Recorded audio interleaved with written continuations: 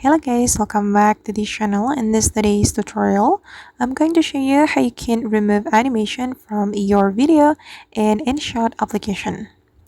Okay, let's get into it guys. Here I have prepared my project in my InShot application, and as you can see, I have applied an animation to this video and I'm going to remove it. If we want to do that, first thing first, we need to go to the animation section. Right here, go to the animation menu and you just need to click on this icon. I don't know what it is called, but just click on this icon to remove the animation you have applied to your video. Okay, then you can click on this check mark, and as you can see guys, that now the animation has been removed from my video.